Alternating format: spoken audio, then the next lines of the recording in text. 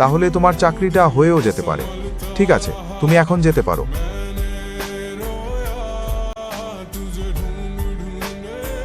কোথা থেকে এসেছো? স্যার, আমি রাজশাহী থেকে এসেছি। রাজশাহী তো আমের জন্য বিখ্যাত। তুমি কি আম খেতে ভালোবাসো? জি স্যার, আমি আম খেতে ভালোবাসি। বাহ, আম যেমন মিষ্টি, তোমার উত্তরগুলো যেন তেমন মিষ্টি হয়।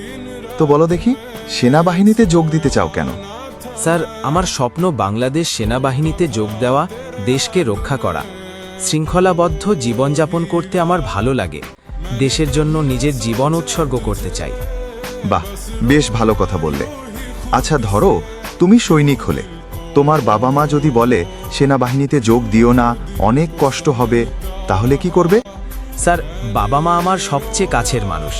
আমি অবশ্যই তাদের কথা শুনব, কিন্তু দেশের ডাক আসলে আমি দ্বিধা করব না। আমি তাদের বুঝিয়ে রাজি করাবো। কত টাকা চুক্তি করে আসছিলা? কোনো চুক্তি করি নাই স্যার, নিজের যোগ্যতায় আসছি। আমি যদি তোমাকে এখন চাকরি দেই, তাহলে কত লক্ষ টাকা ঘুষ দিবা?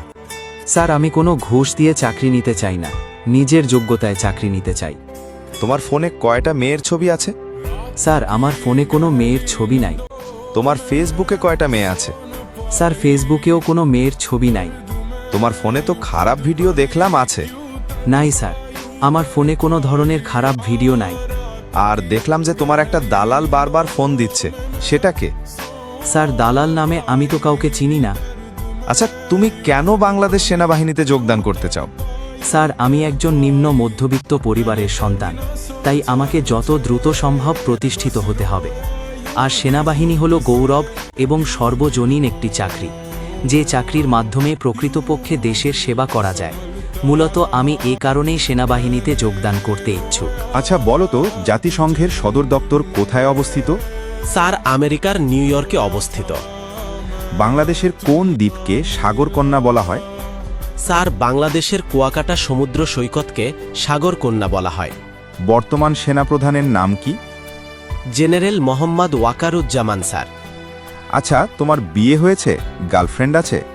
জি না স্যার, আমার বিয়েও হয়নি এবং আমার কোনো গার্লফ্রেন্ডও নাই। কখনো খারাপ সম্পর্কে লিপ্ত হয়েছো? জি না স্যার, আমি কোনো খারাপ সম্পর্কে লিপ্ত হইনি। তুমি একটা মেয়ে মানুষের সাথে কত মিনিট পারবে? স্যার, এটা তো আমি জানি না স্যার। তুমি তো মিথ্যা কথা বলছো, ঠিক আছে? স্যার, সব সত্যি কথা বলছি। কখনো প্রপোজ পাইছো মেয়েদের থেকে? জি না স্যার, আমি ওভাবে কোনো প্রপোজ পাইনি। তুমি ছেলে মানুষ, গার্লফ্রেন্ড নাই, আবার মেয়েদের কাছে প্রপোজও পাও নাই, তাহলে সমস্যা আছে মনে হয়। আচ্ছা বলো তো, বিশ্বের 1 নম্বর ফুটবল খেলোয়াড়কে? বর্তমান স্যার লিওনেল মেসি। কাতার বিশ্বকাপে চ্যাম্পিয়ন দল হিসেবে কোন দেশ ছিল?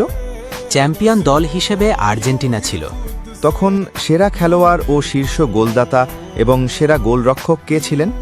সেরা খেলোয়াড় হিসেবে ছিলেন লিওনেল মেসি ও শীর্ষ গোলদাতা হিসেবে ছিলেন কিলিয়ান এমবাপ্পে, এবং সেরা গোলরক্ষক হিসেবে এমিলিয়ানো মার্টিনেস ঘোষিত হয়।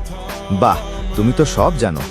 আচ্ছা, তুমি যদি বাংলাদেশ সেনাবাহিনীতে যোগদান করো, তোমাকে কোনো বেতন দেয়া হবে না? চাকরি করব? জি স্যার, আমি করতে রাজি। কতদিন করবা?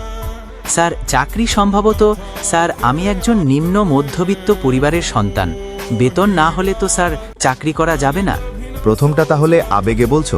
হ্যাঁ স্যার, ওটা আবেগে বলা। চমৎকার, অনেক সুন্দর হয়েছে। সবকিছু ঠিকঠাক থাকলে, ভাগ্য যদি সহায় থাকে, তাহলে তোমার চাকরিটা হয়েও যেতে পারে। ঠিক আছে, তুমি এখন যেতে পারো।